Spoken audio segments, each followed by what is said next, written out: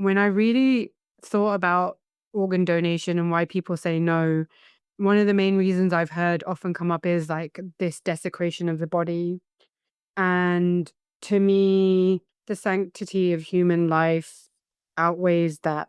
If you're cremated or if you're buried, those organs are not going to be used.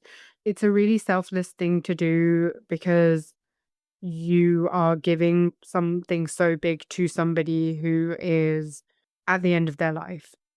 And I would just really encourage people to think about the ripple effect of that. The people that Zeynah is saving, their families are going to experience the love and joy of that person. For the children that Zeynah saved, they're going to go on to become whatever they become. They might have children, and any good that someone does that benefits you. And so that's all for her. And any good that they do is a blessing for Zeynah, that doing of good aspect and that faith aspect. But then there's like the ripple effect of maybe 10 generations come from your one organ. It's just a double-edged sword, right? Because you're losing something and someone is gaining something. And I think for me it was, well, I'm losing Zeynah no matter what. And so if someone can benefit from her and they can live a happy and healthy and long life, then there's no way that I can say no to that. You just lost your loved one. Now what? Welcome to the Grief and Life podcast, where we explore this new reality through grief-colored lenses. Openly, authentically, I'm your host, Nina Rodriguez. Let's get started. Welcome back to the Grief and Life podcast. My name is Nina Rodriguez, and today I am joined by Maryam De Groef, a grief educator, nervous system regulation facilitator, integrative health coach, and founder of Refuge of the Heart and Restore and Rebalance. In 2023, Maryam's life was forever changed with the sudden loss of her 9-year-old daughter, Zeynah, due to a severe food allergy. In the midst of grief, as a family, they made the life-giving decision to donate Zeynah's organs, a choice that continues to ripple outward in powerful and healing ways. Maryam leads retreats, workshops, and keynotes centered on loss, regulation, and healing through the body. And in fall of this year, as this podcast is being recorded in 2025, she will begin her PhD focused on memory, legacy, and faith in the context of pediatric organ donation. Maryam, welcome to the Grief and Life podcast. Thank you. Thank you for having me. It's an absolute honor. And for the listeners and anybody watching, I connected with Maryam through the power of social media.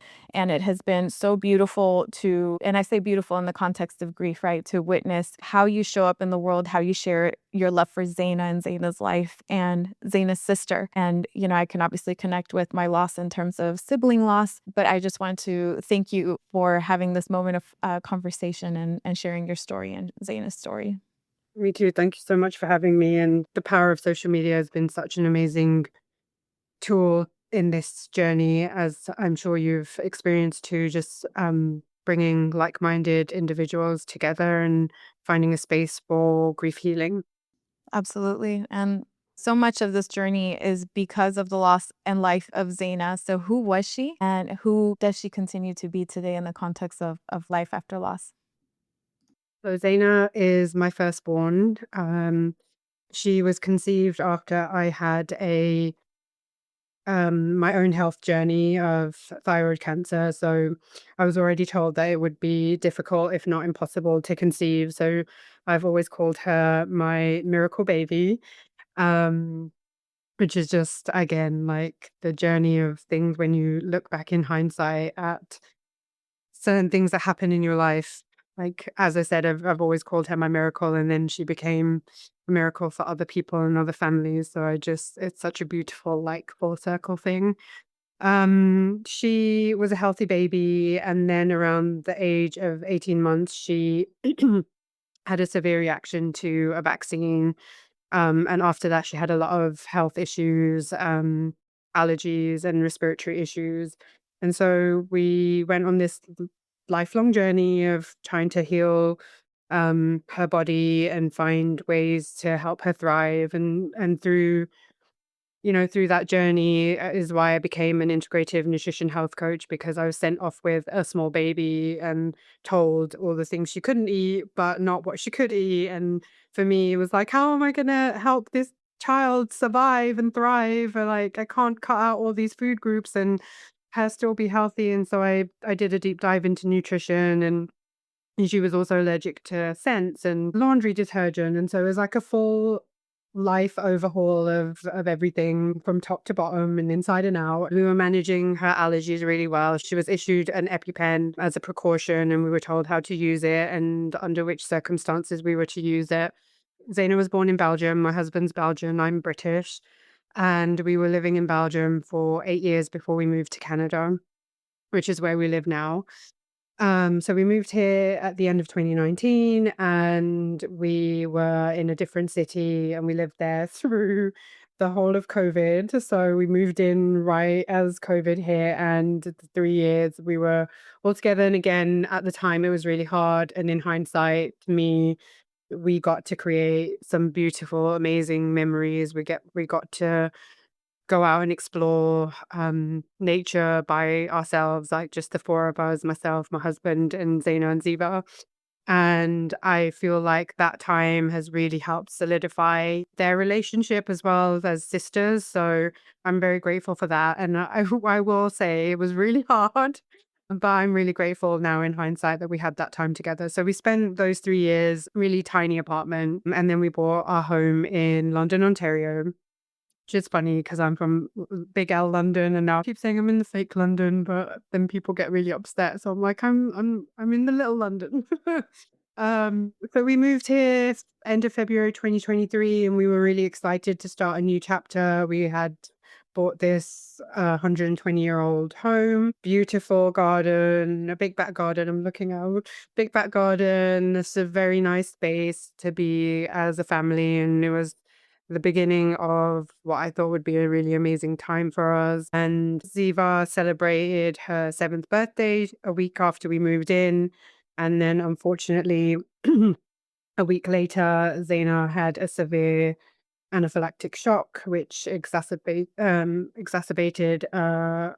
attack as well. So ended up, we ended up administering her EpiPen, and it escalated really quickly. And I was on the phone to 911 when we administered the EpiPen, and she ended up going into a cardiac arrest, and Nils had to begin CPR while we waited for first responders to arrive. And again, like, we didn't plan this, but we moved right around the corner from a fire station. So, I mean, lucky for us, they arrived within minutes. I think 5 to 6 minutes they were here, which was amazing. And the first responders, my heart just goes out to them because they did everything that they needed to do to get her to the hospital. And we had an amazing paramedic who I later found out um, had just taken part in a study on the optimal timing for pediatric intubation. Because of her quick thinking, she was able to do that in the appropriate timing and get Zeynah to the hospital, which meant that she didn't die at home, which was a good thing, because Ziva and Zeynah already said this house was haunted. And Ziva already says that Zeynah's going to haunt her. We have a big joke about it now. But anyway, that it just meant that she didn't die on the rug on our floor in the new living room. So she ended up getting to the Children's Hospital. Again, we moved really close to one of the biggest hospitals in London. It's a teaching hospital, and they have amazing staff as well. And she ended up in the pediatric critical care unit there. So she arrived there on a Monday and was put on life support. It took them a really long time to get her heart back. And so between the Monday and the Thursday, they were trying to stabilize her, and she was very stubborn. They kept throwing stuff at her, and she kept throwing it back at them. And we had an amazing doctor who told me that he was just as stubborn as her, and he did an amazing job keeping us in the loop of what was happening, keeping us, I guess, optimistically realistic. And he he did a fantastic job, and he listened to all of our concerns and our worries, and he really took the time to get to know Zaina, which was really nice because to them she wasn't just a person, which was really beautiful. And then on the Thursday they were able to move her to have a neurological brain scan, and that revealed that she had no brain activity. So there was not enough oxygen to the brain for a long period of time, which resulted in brain death. Thank you for that. And let's take a pause here because I know that's really hard to retell. I know that it takes us back there. I'm so sorry. And for anybody watching, there's a beautiful picture of Zeynah in the background, the sweet little girl who I feel like I've gotten to know so much of her through what you shared on social media. And she is a light. It almost feels like she was wise beyond her years. And she had this beautiful way of seeing the world, paying attention to the little things in life. And something that comes to mind right now is like you shared a post about the birds. She drew and classified birds in her area and everything. So I'm saying all of this because we talk about the moment of passing and the trauma, but it's this sweet little girl who left way too soon. My heart goes out to you. I'm so sorry. And it sounds like you had a great team of support in the medical staff and everybody who walked you through it. And I'm curious, was the moment that they told you that there was no brain activity the moment that you realized what was happening, or did your mama heart kind of know what was happening already? I will add that we had an exceptional team. However, we had a shift change the day that we were told that Zaina died. And the doctor who came on, I don't know if it was a case of him starting his shift and having to come and tell us that our child had died, or if it was just his general practice. But he was unable to look at us. He was unable to meet our eyes. There was no he just kept saying your child. He wouldn't say her name. And we were then asked if we would consider organ donation, and even then he wouldn't look at our face. He looked down. And so yes, we had this exceptional team from the Monday to the Thursday. And once we had that shift change, it was a really different environment. And all the supporting staff was still amazing. And this one doctor kind of changed our experiences of being there for the rest of the time. However, that being said, we didn't allow that to affect our internal peace and our decisions.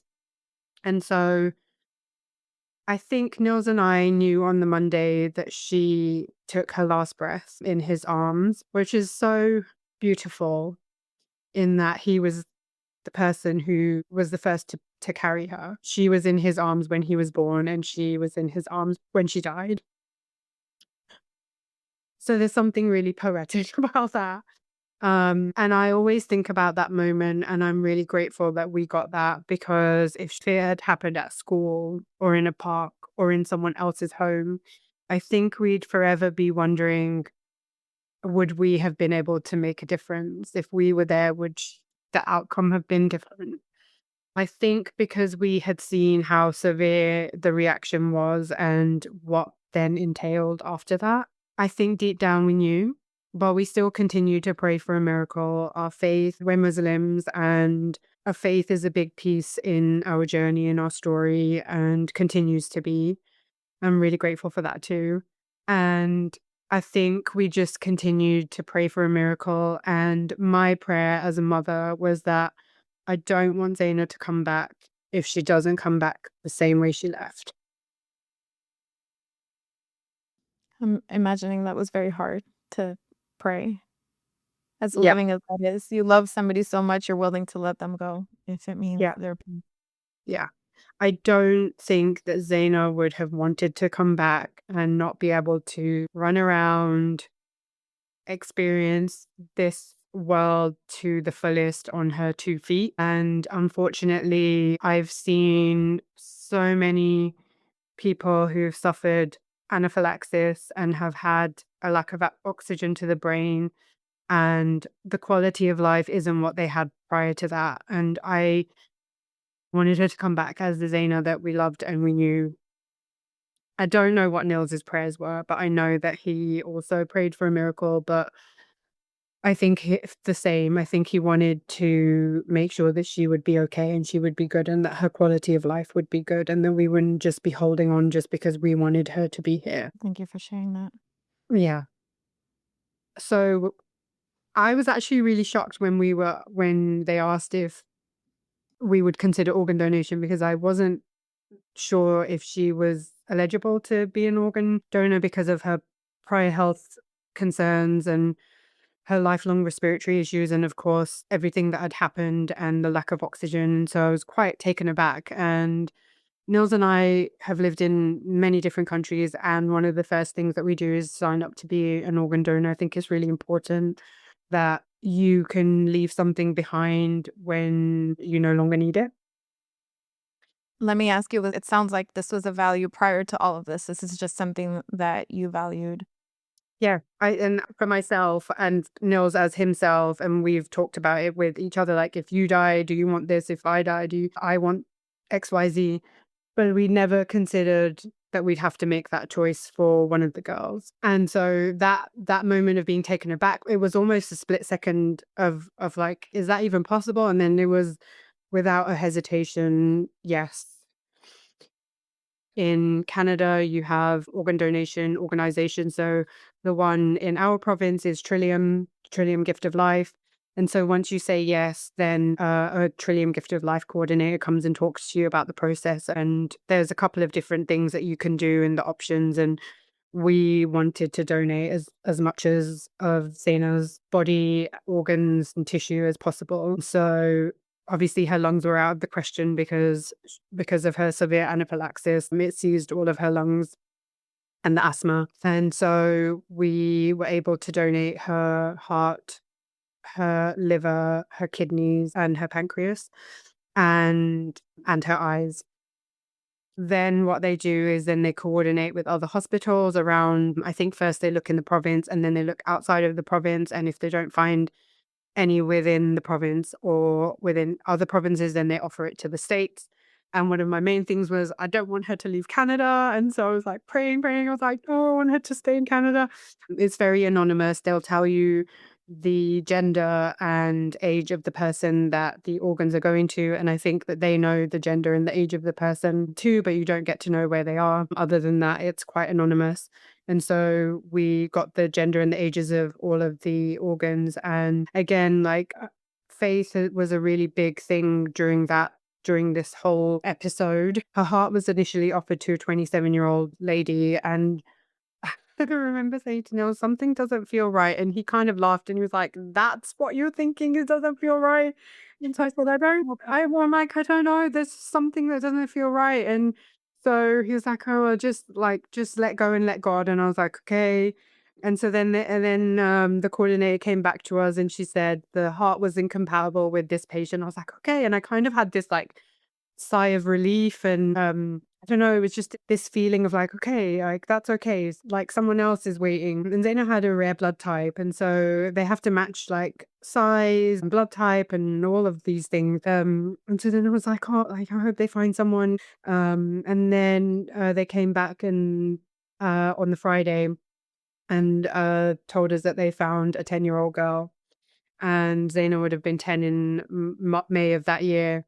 And so I was just like, this is just divine to me. And same blood type, same age. It just felt like, to me, it felt like a little gift that Zeynah gets to live her life in chronological order. Like her heart gets to be like 11 and 12 and 13, and it gets to grow in this like organic way. Whereas like other parts of her went to like a 67-year-old man and like, I don't know, an 11-year-old boy. And it was just like, okay, that's really nice, but it doesn't, I don't know, there was something more. And I think the heart, we know from studies now that the heart holds memory and there's so much with the heart. And Zaina had a really big heart and she was just so generous and so giving, and she wanted to just do and be and see. And so like, to me, it felt just amazing that that happened. And I'm, I don't know, I'm going to start crying now. That's all welcome here. Yeah.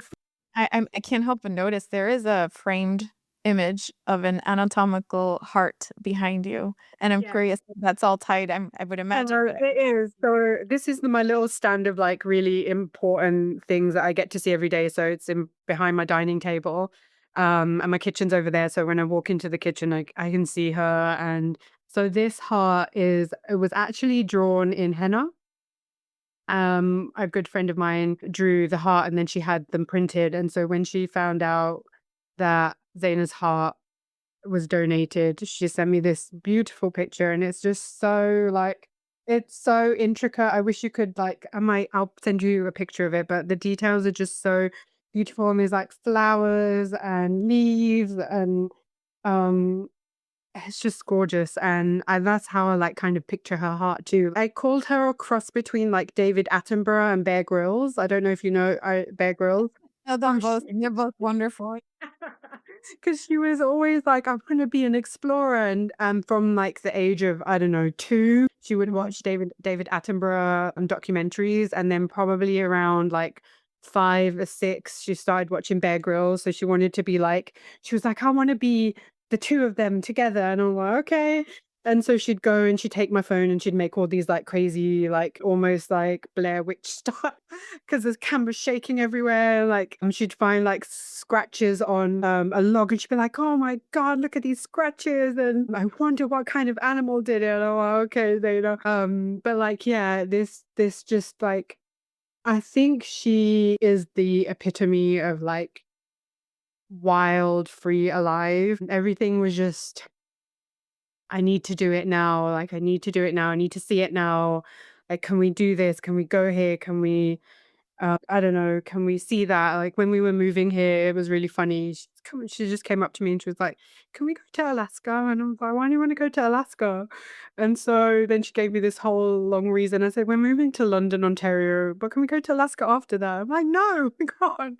And then she's like, well, promise we can go one day. I was like, okay, I promise you we can go one day. So she made bucket lists as well and lists of bucket lists and under the word bucket list, it was like things to do before I die. And I was like, that's what bucket list means. You don't have to write the little like side note. And then she'd tell me, this is my bucket list, things to do before I die. And I was just like, okay, Zeynah. So she left us lots of little breadcrumbs in her journals and in her writing and in her artwork. And the birds is really interesting as well. Like when we moved here, it was the thick of winter.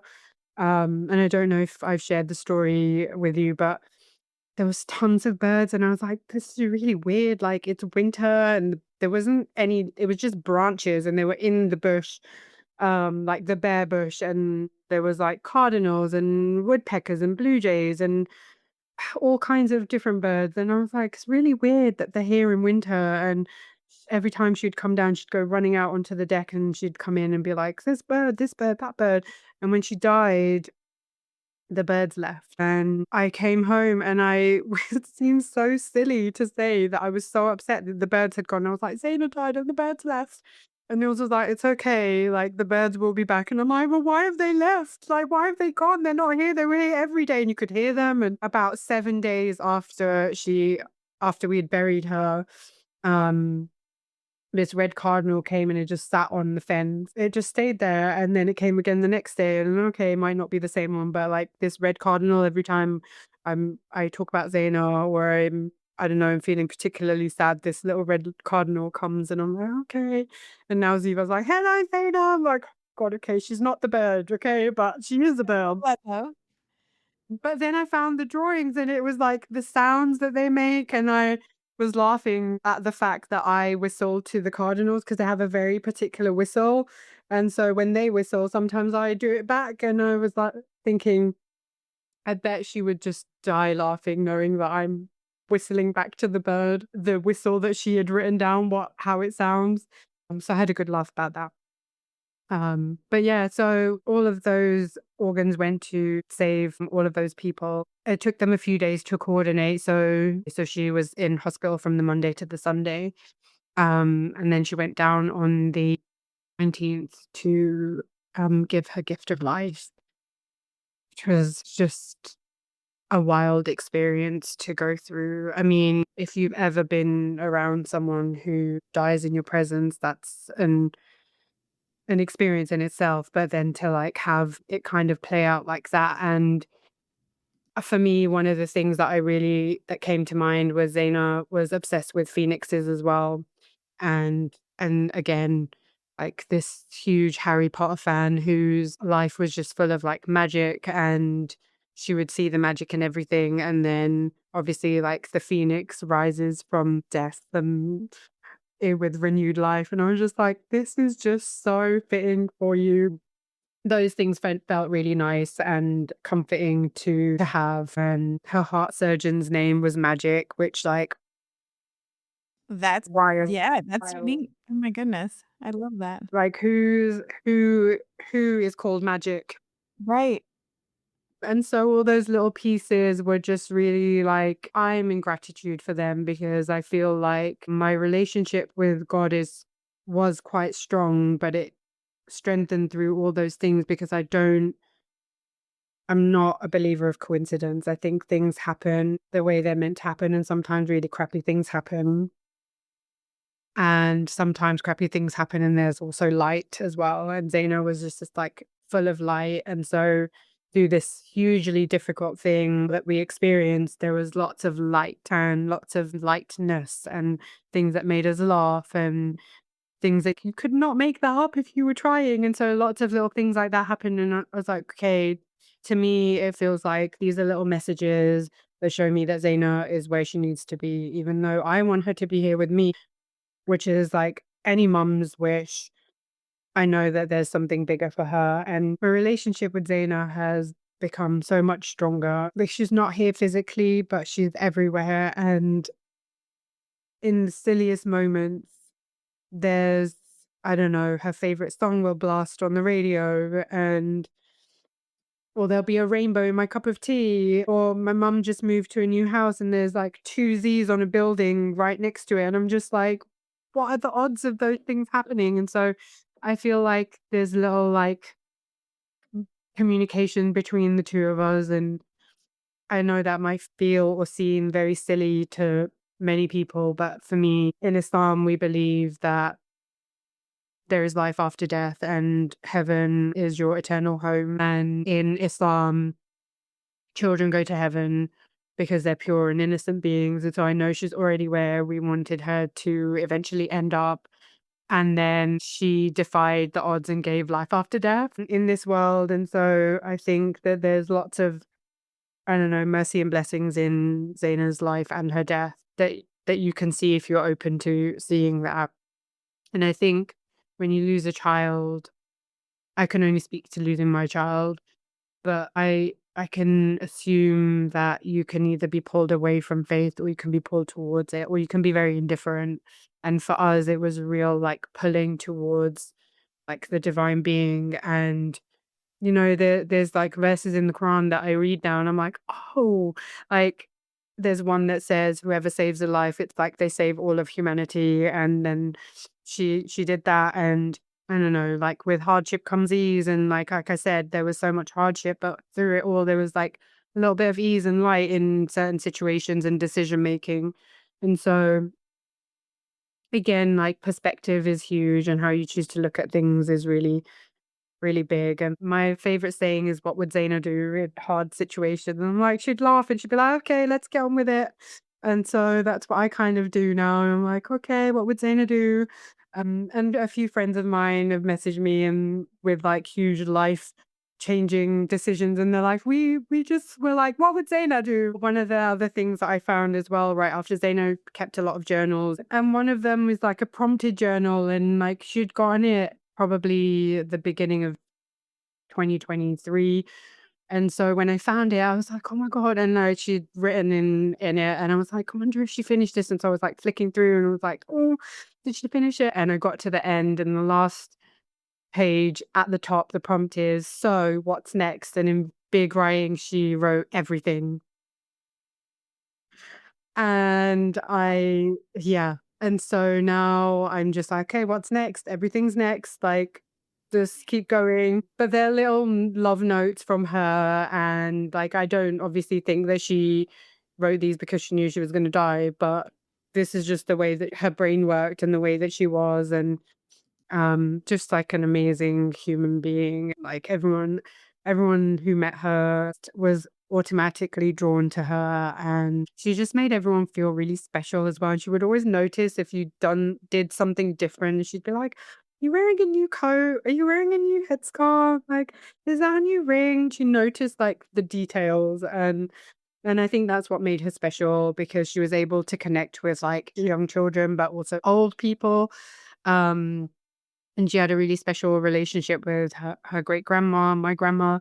And she used to call her GGF, like great grandma forever, and like just things like that. And I love those things, and I miss them. But then I see like Ziva and how she is, and there's lots of like things that Zeynah used to do that Ziva does now, which is also really weird, because you're like, what's happening here? But it's been a wild experience, because you have your own grief as a bereaved parent, which is bereaved parents month this month, and then you're navigating the grief of other people in your life. And for us, that's Ziva, and sibling loss is not for the faint of heart, I will tell you. Not at all. And how has that experience been witnessing Ziva's grief as a mother? It's been absolutely heart-shattering. It's I would say it's probably worse than losing Zainab. It's an everyday ongoing struggle of navigating life alone. She has a lot of questions. She wants to know why God would do that to her. Like, why her? Why did she get left behind? Why did she only get 7 years? And so there's lots of like faith questions there. But then only knowing Zaina the whole of her life, and then now having to do everything alone. And so that's been hard to watch as well. Zaina was a really social person, and she would just talk to anyone. And a lot of times I witnessed Zaina making friends on behalf of Ziva. And so she'd be like, "Here's a new friend for you, Ziva," at the playground. And so when Zaina died and we would go to playgrounds, she would just kind of look around everywhere and be totally lost. And Nils and I would be like, "What's wrong?" And she's like, "I don't know how to make friends." And so that was just like, oh.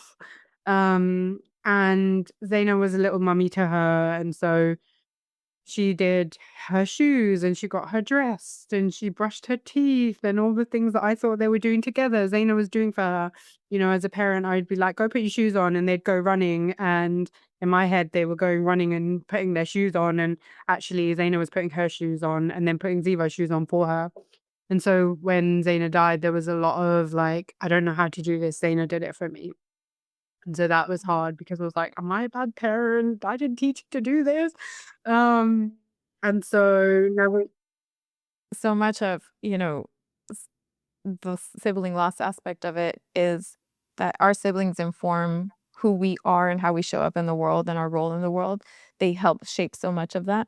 That was very impactful for me as an adult. I can only imagine yeah, what that's like as a child, yeah, going through that and having to rewire your entire yeah, existence, and processing, and the questions that you yeah, speak so beautifully about your faith in terms of how it's been supportive to you.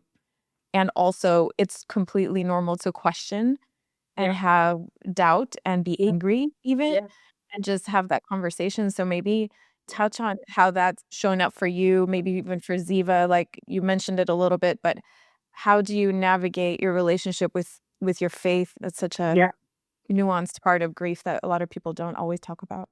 Yeah, I think it's a work in progress, because there's days that are really hard where I'm just like, I don't know what to do. And I kind of just like look up to God, and I'm like, I don't know what to do. Like, you're in control. And then I kind of have to come back to like myself. And that's a lot of where like the somatic grounding pieces come in, because I'm like, okay, in order to be able to support someone else, I have to be able to support myself, and I have to be grounded in order to help you ground. And so I've tried to, and I guess like that faith balance also comes with like a life balance. And so what am I doing in my actual physical life that is supporting me be like the version of myself that I want and need right now?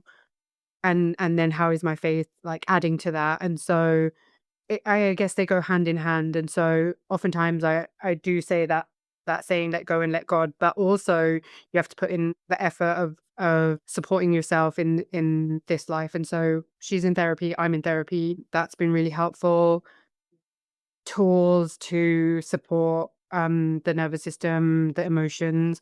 And then what I started doing, because for me, like I said, Zeynah talks to me in different ways, or I get signs in different ways, or I call them signs, whatever you want to believe. But to me, like that's a conversation between me and Zeynah. And so I started pointing them out to Ziva because she said, God doesn't talk to me and I don't see Zeynah. And I was like, okay, but Zeynah is in lots of things that you do and you love.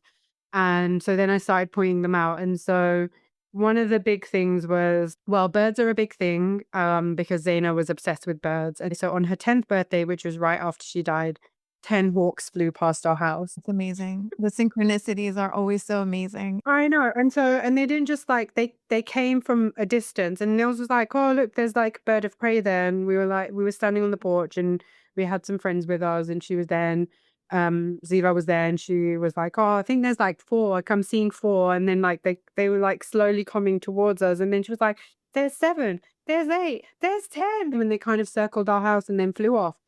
And then on her 11th birthday, the same thing happened. Like 11 hawks flew right past our house. And so I started pointing those out, and I was like, they're not Zeynah, but they're little messages that allow you to see that there's something bigger. She'll pick up on those things as well. And then like Zeynah love rainbows. So every now and then we'll see like rainbows here and there. And we love seeing those. That's incredible. And, grief is a language in so many ways, becoming grief informed, knowing how to speak about it, going back to the point where you said that the medical team switch shifts, and then that tender care that you had with one medical group was not the same experience with the next person who couldn't even look at you in the eye. So much of grief is learning the language of grief, from having the capacity to navigate these circumstances, and also on a more like mystical spiritual connection side, it's also learning how to understand the messages. There's a beautiful quote, and I think I'm going to butcher it, but it goes something like, God spoke to me in flowers today, and I almost missed the message because I wasn't ready to, receive it in that way. Yeah. And so one thing I've learned, and I love that, for example, in your case, Zeynah had this connection to birds, even with the journals and her curiosity about them and the phoenix and all these things. So birds would make sense as a point of connection. You have these synchronicities, the cardinals showing up, the hawks on the birthday, the numbers, like it's undeniable once you start opening your heart and mind to these things. And that's it. You can call it a coincidence, or you can choose to be like, oh, that's a little gift from wherever, like God or them or wherever. And like for us as well, we moved in winter, so there was snow everywhere. And Zeynah was like, I can't wait to see which flowers grow in spring. And it was March, so spring was around the corner. And I will kid you not, every single flower in my garden is purple, and purple is her favorite color.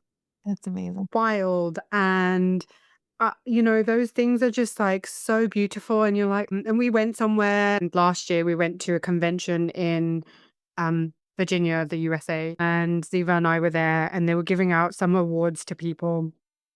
There were 4 people that were called Zeynah, who they called up. And the first one, Ziva was like, right.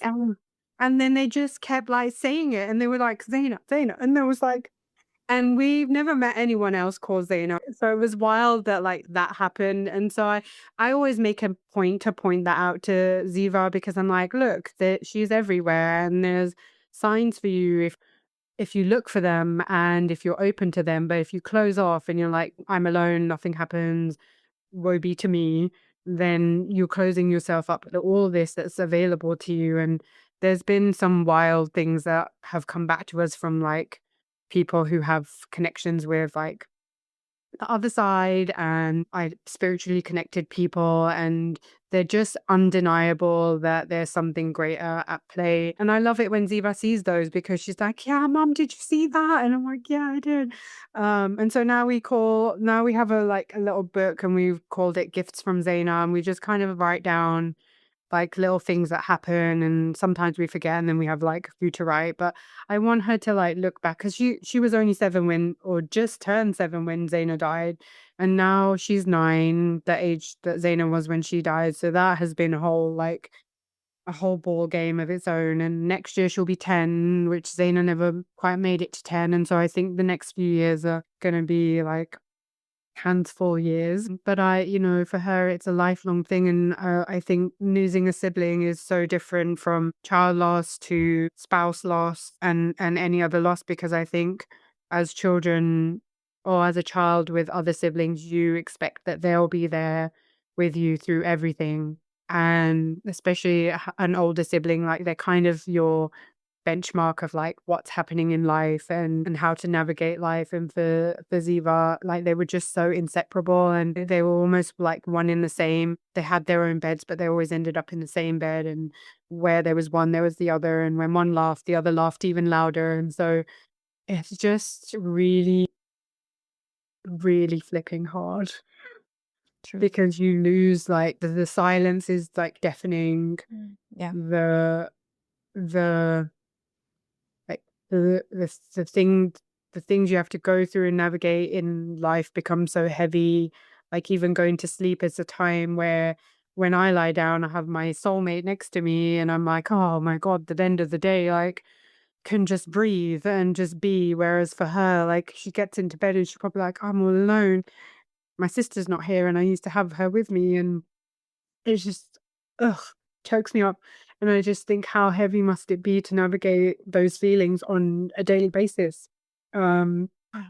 No, it's understandable, and my heart goes out to her as well. I appreciate how you see her grief as well. I think one of the pain points of sibling loss is that we're called the forgotten mourners because people oversee this grief. So, yeah. in a way, to see you witnessing her with so much love and helping her navigate this time and helping her build the language and connection with her sister is so powerful, and it's such a blessing. And in a way, it's the best we could do with what we have right now, because nothing changes the fact that she's not physically here, and that changes everything. So, how do we continue those bonds? How do we continue that connection? And you're sounds like you're doing such a beautiful job.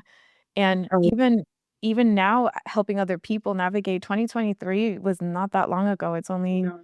yes, 2 years. So Yeah. it's a blink in a lifetime. And your grief has evolved, and now how has this calling of wanting to help others through your work evolved, and what can you share about that? Yeah. I think it just was such an organic way to focus the things that I love doing. For a really long time, I've supported women on their health journeys, which went back all the way to when Zaina was like 18 months, and how I kind of suffered caregiver burnout, and navigating my own health and then Zaina's health and a newborn. And so through that, my focus has always been on helping others in supporting their emotional and physical well-being. So in 2020, I started doing cold exposure, and we lived at the time really close to Lake Ontario, so like a 5-minute drive. And so with COVID, what else was there to do other than like pick up a wild and weird hobby? And so that was one of mine, and I met a really great community, made a really great community out of that. And so through that, I healed a lot of my own trauma and my own health concerns that I was dealing with. And from there, kind of went down that like nervous system regulation, vagus nerve stimulation route. And so when Zaina died, a lot of people commented how calm I was, and actually didn't internally feel very calm. It was just a big mess, and everything was jumbled up. And obviously at that time you were going through this like world shattering event, life shattering event. And so I kind of had to look back and be like, why are people saying X about me? And it was all those tools that I'd been using for years up to that point that allowed me to navigate through those moments and allow as much grounding as possible during that time. And so from then I was like, okay, I really want to work with people who've gone through trauma. So we witnessed our child go into cardiac arrest, and we had to administer CPR, and it's a traumatic event. And so I really wanted to work with people who have experienced a traumatic event, and who are dealing with grief, but basically people like me. Oh, I lost my job the day Zeynah went into ICU. Oh my goodness. Which Like, in friend. in hindsight, I'm like, okay, like it happened. It happened the way it was meant to happen. And but at the time, I was like, "What? Are you kidding me?"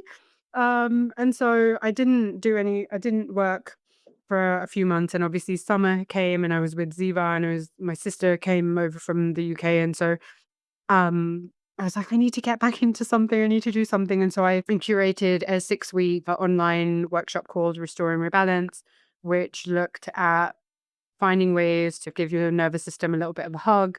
And so we did a lot of guided meditation, breath work, emotional freedom technique.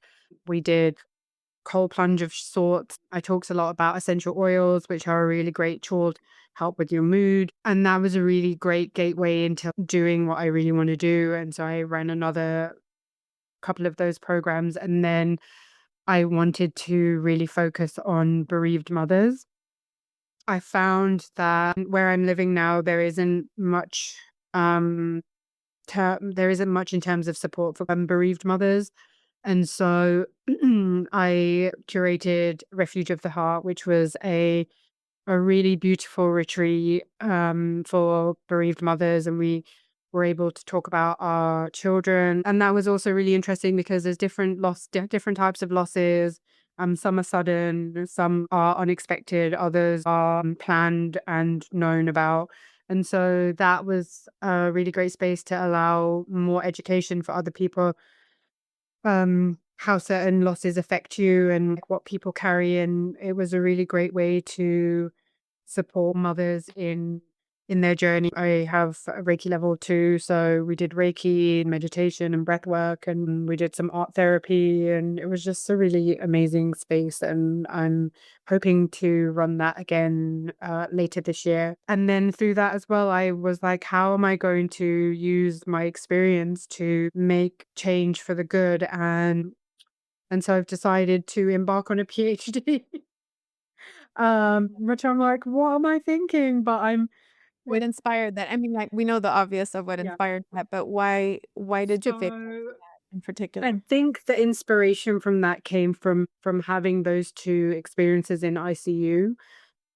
We had this amazing, exceptional doctor and team from the minute we got into the ICU, who was like constantly communicating with us, took the time to answer our questions. We asked hundreds and thousands of questions, probably multiple times over, and he patiently updated us. And my family was all there, and he would update them, and and he had a laugh with us, and he got to know Zeynah, and he laughed at the stories we shared at her. And then we had this other person who couldn't look at us and wasn't able to meet us in the heart and or even in the eyes. And then I believe that I don't think I saw him again from the Thursday until the Sunday, even though he was on shift. And I think that was because he would always come in when we were out of the room so that he didn't have to like see us or talk to us or communicate with us because for some reason it was too difficult.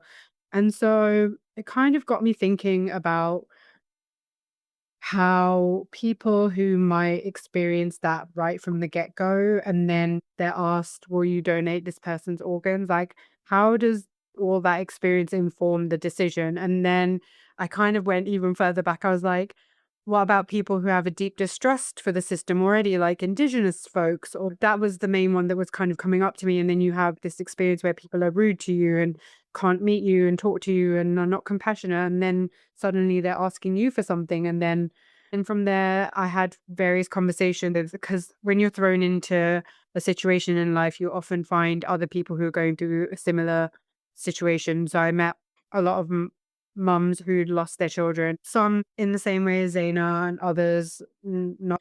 And I got talking to them, and some of them were also asked if they would donate their child's organs, and some said yes, and some said no. And the kind of conversations that we were having were this almost like a continuation of life for the people who said yes. And then I wish I'd said yes to the people who said no. And so I was like, how do we come to those decisions? And does our experience of the situation also play a role in the decisions that we're making. And so, like I said, we experience this trauma as well. Then when people are talking to you, sometimes the information isn't going in because you're just like in fight or flight. And an example of that is a car crash. Like if you have a car crash, one person ends up in ICU and the other three or four don't, they still experience the same accident as that person. And they're still like in this trauma response mode. I'm like, how someone is talking to them then really affects like how they kind of move through that situation and how they experience things. And so there were so many like questions that were coming up and I was like, oh, I need to like feel like I need to do something with this. And I wrote an article. I ended up going to a grief literacy symposium at King's College, where I've also co-facilitated a few things since then. But I got talking to the professor there and she kind of was like, you should do a PhD. And I was like, no. And then it just, as soon as she planted that seed, it just kind of like, it just grew and took on a life of its own. And I say I took on a life of its own because I had no idea how I was going to pay for it. I had no idea if I'd even get onto it. It's really competitive. I don't have thousands and thousands of dollars to pay tuition fees. I was applying a month before the deadline. I haven't written an article since my master's degree, which is like years and years ago. And so I was just kind of like, okay, I'll just see. And we say in Arabic, Alhamdulillah, all praise to God. There was only 4 scholarships and I got one of them. I'm just like so happy. And one of the ICU doctors where Zeynah was in ICU, he is like the lead organ donation physician for peds. He found out about my project and he called me and he was like, I really want to be a part of this. I'd love to co-supervise you. And I have all this data for the last 5 years. So I was like, okay. And so it's just it just spiraled into this. And I hope that my research will lead to more compassionate, culturally sensitive procedures, processes, policies. And for me, that will be part of Zeynah's legacy and part of obviously my legacy, but it's her. And I guess that's why it's kind of just taken on this life of its own without me having to jump through various hoops. It just happened. That's what we're doing. And I feel like, you're also helping the version of you. You're showing up as the version that you needed back when you were going through these experiences. And Yeah. that ripples out into other people's lives through the work that we do. And obviously, Zeynah lives on in such powerful and meaningful ways, quite literally in the form of organ donation, in her spirit, in her joy, and her inspiration. And so much of this is in her honor and in her name. And I'm just grateful to, get to know you, learn about this, and get to know Zeynah through you and her sister Ziva as well. Yeah. Where could people find information if they wanted to work with you, if they wanted to connect with you? Where can they find more information? Yeah, I'm currently on LinkedIn and Instagram. I did have a website, but the a whole long story about that. And I put a lot of the programs that I'm doing out on social media, so Instagram mainly, sometimes Facebook, and LinkedIn. And I do a lot of online, so it's accessible to people all around the world, which I really love. And then I do a lot of in-person stuff in the GTA, which is Toronto, Mississauga, Brampton, and then where I live in London, Ontario. So I'm always putting things out and I have ways that you can work with me and contact me. So that's Perfect. I'll link your social media, your LinkedIn, and everything in the show notes. So if you want to reach out to Maryam, then go ahead and visit the show notes and click away so you could see her contact information, her work, and also all the posts about Zeynah. Get to know this beautiful light that keeps on shining. We touched on so much here, and you speak so beautifully, and this will touch so many hearts of people. But what would you say to a parent grappling with a decision about organ donation, especially when it comes to their child? I can only talk about my child. And my child was a giver and was always helping in any way that she could. And one of the things that I used to always get upset about was she could only eat a few things and she'd still be giving away her stuff in the playground. I'm like, there's no more food for you. Like, stop. And so when I was faced with that decision, to me, it was this is an extension of who Zaina is. And so I think you really have to ask yourself a little bit about why you're doing it. And for me, that was one of the reasons. And when I really thought about organ donation and why people say no, one of the main reasons I've heard often come up is like this desecration of the body. And to me personally, there might be many views. I think the sanctity of human life outweighs that. If you're cremated or if you're buried, those organs are not going to be used. It's a really selfless thing to do because you are giving something so big to somebody who is at the end of their life. And I would just really encourage people to think about the ripple effect of that. For me, that was the people that Zeynah is saving, their families are going to experience the love and joy of that person. For the children that Zeynah saved, they're going to go on to become whatever they become. They might have children, and any good that someone does that benefits you. And so for me, that's all for her. And any good that they do is a blessing for Zeynah. And so I kind of like there's many different I don't know, there's not one clear answer. I feel for me there's like many different aspects to that. So there's that like that doing of good aspect and that faith aspect, but then there's like the ripple effect of maybe 10 generations come from your one organ. It's just a double-edged sword, right? Because you're losing something and someone is gaining something. And I think for me it was, well, I'm losing Zaina no matter what.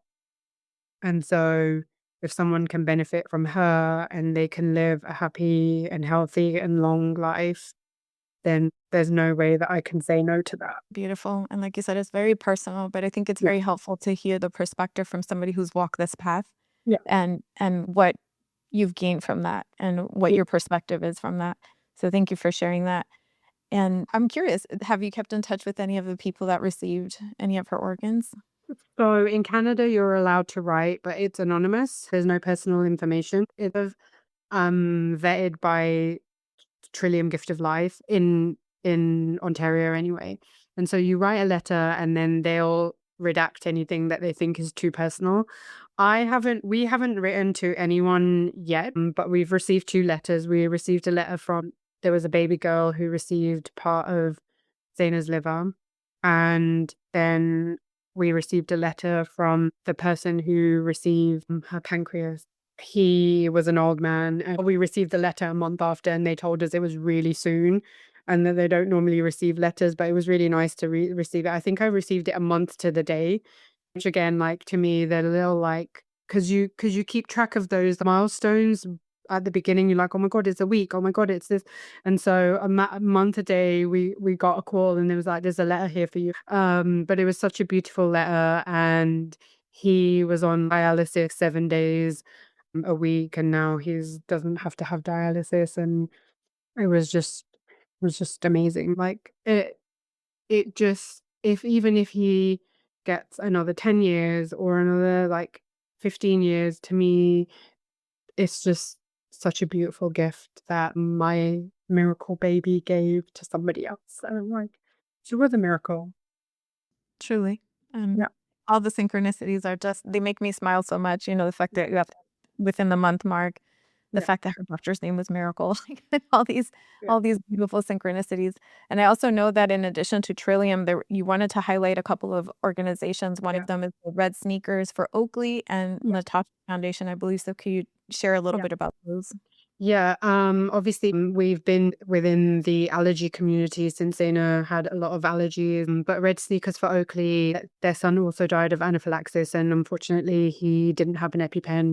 He wasn't prescribed one. But the Debs family, who are Oakley's parents and family, they have an organization called Red Sneakers for Oakley, and they do a lot of education on allergies, signs to look for, how to use an EpiPen.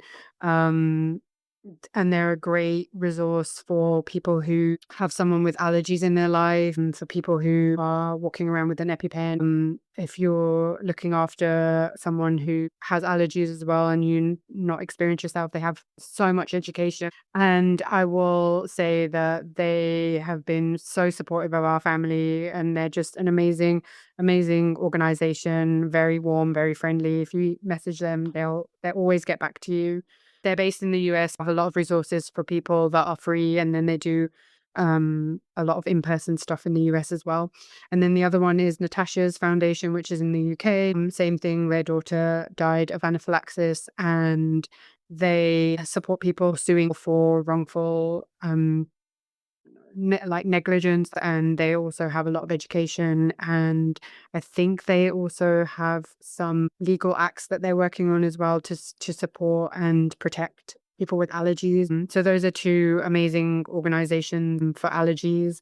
And then obviously in Ontario, Trillium Gift of Life is the organization who we donated through, and I think each province has a different one, but they're an amazing resource as well to find information. They'll tell you things like how many lives one donor can save, and they talk a lot about like logistics and things like that, and the gift of sight and tissue, and all kinds of things that you might want to know that you might not necessarily know, because I think we don't talk often about that because we don't think it's going to happen. One thing I will highlight is that there's more chance of you needing a donor than you becoming one. And within the hospital situation, only 1% of people who die in hospital get to donate their organs. The conditions have to be so like right. And so that's why they encourage people to sign up to be one, because they don't have enough people signed up. And so yeah, I would say if you get to know Zeynah's story, and you get to know Zeynah a little bit through the things that I share, I would really encourage you to sign up to be an organ donor. Thank you so much. And what is something that you would like people to understand more about the seriousness of food allergies? Based on everything that you know, what is something that people should take away from this conversation about food Yeah. allergies? One big thing is that to people who don't have allergies, food allergies are like an inconvenience. And they are, even for people who do have them. But they're so serious, and the people eating nuts on airplanes or taking peanut butter and jelly sandwiches to school, that's just a minor inconvenience for you. For somebody, it's life altering, life taking, and for their families, life shattering. And things can escalate so quickly, even when you've managed allergies for so long, so carefully. For us, Zaina reacted to something she hadn't previously reacted to before. And so we were totally like caught off guard. And those changes can occur because of hormones, because of low immune, like many, many things. And so I just want people to take it seriously. And when someone says, I have an allergy, it's not because they're being picky or that they don't want to eat a certain thing. We're not doing it for attention or for show or to be annoying. Like we had managed Zaina's allergies like for almost 9 years, and that was the first and last time we had to use her EpiPen. And so you just never know. So just be cautious and ask questions. Why, like, what are you allergic to? How can I help you? How can I support you? Again, that's a lot of caregiver burnout that happened to me, was trying to navigate Zaina's allergies alone and always being like, only I can cook for her, only I can bring food. And so I think you really need the support of your community, and you need to be able to say, these are the things that X person can eat. You can buy them from here. Here's a list of all the things that are safe. Here are the things that are not. This is what can happen if this person comes into contact or eats these things. And I think for us, we had a really hard time because people didn't really take Zaina's allergies seriously, and Zaina was allergic to perfume. We had a scent-free home, but people come to your house and they like have sprayed themselves with all kinds of things. And so being firm and setting good boundaries, but then also trying to build yourself community so you're not doing it alone. I think the bottom line is that allergies are deadly serious, and then they're no joke. Thank you. You're absolutely right. I feel like people underestimate or underplay the role of allergies in our society and how many things, food is the one that people recognize the most. But like you said, there's so many others. It could be the perfume, it could be scents, it could be something unexpected. Having these conversations, and when somebody tells you and expresses, hey, I'm allergic to this, or my child is allergic to this, don't undermine that. Just honor it, respect it. You have no idea gymnastics, mental, emotional, physical gymnastics that somebody has to Yeah. navigate on a daily basis just to be able to exist without all these reactions. Yeah. And we're getting to the end here. I honestly could talk to you for so long, and I thank you for the beautiful conversation. I hope, listeners and people watching are taking so much away from this. And before we close out, is there something that we haven't touched on that you would like to include in this conversation? No, I think we've covered it all. I think one of the things I will say, and I'll always highlight, and to something that you do as well, about the sibling loss piece, and um how unnoticed it goes, and it doesn't matter whether you're 5, 7, 27, 50.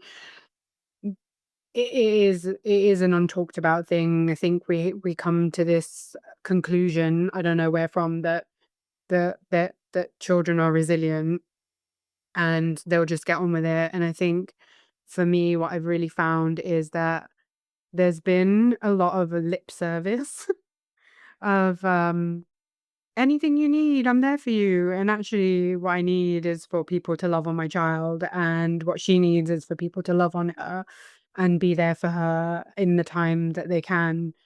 Because most of the time she's alone, she's lonely. And it's a really, like I said before, it's not for the faint of heart. And so when you see someone, or you have someone in your life who's experiencing the death of a child and then a sibling, be there for them. Talk to them, ask them what they need, and then actually do it. I think for me that's been the hardest, and that's why I said it's probably more heartbreaking than actually physically losing Zeynah, because she's always navigating this and it doesn't ever go away. And so when you say you're going to do something for her and then you don't, and you say you're going to come and then you don't, those are things that then are another, I guess, level of her grief. And so just be aware of all of the things that come with sibling loss, and how families navigate that, and how much they actually do need your support. Thank you. Thank you for bringing that up and for seeing your daughter's grief. And I agree. And I want to echo, highlight, and underscore everything you just said, because if you say you are going to show up, if you mean when you say, how can I help? Is there anything I can do to help? And the person tells you, please follow through with that. That is so key. And don't just follow through once. I know it's taxing, but we're all helping each other get through this thing called life. Yeah. And people who are navigating this level of grief, sudden, unexpected, the loss of a child, that something that restructures not just you personally, your identity, but your entire family system.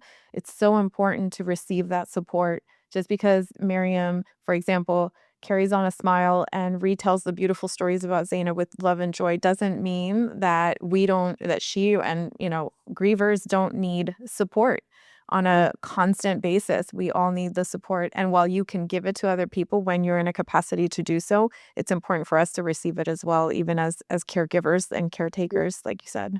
Yeah. I think that's huge, right? When you laugh and show up and you can make a joke and you smile, people think you're okay. And it shouldn't have to be that you're crying and you're unable to do things for someone to actually help you or to support you. And so thank you for mentioning that, because I think people do see that. They see a strong person, and like same with you, like you smile and you show up and you have these conversations, and like, oh, she's okay because she's smiling and she's showing up and doing these things. But actually, like, that internal heartbreak is always there. And there's good days and there's bad days, and you show up and sometimes you just want to cry, but there's like no one to witness that.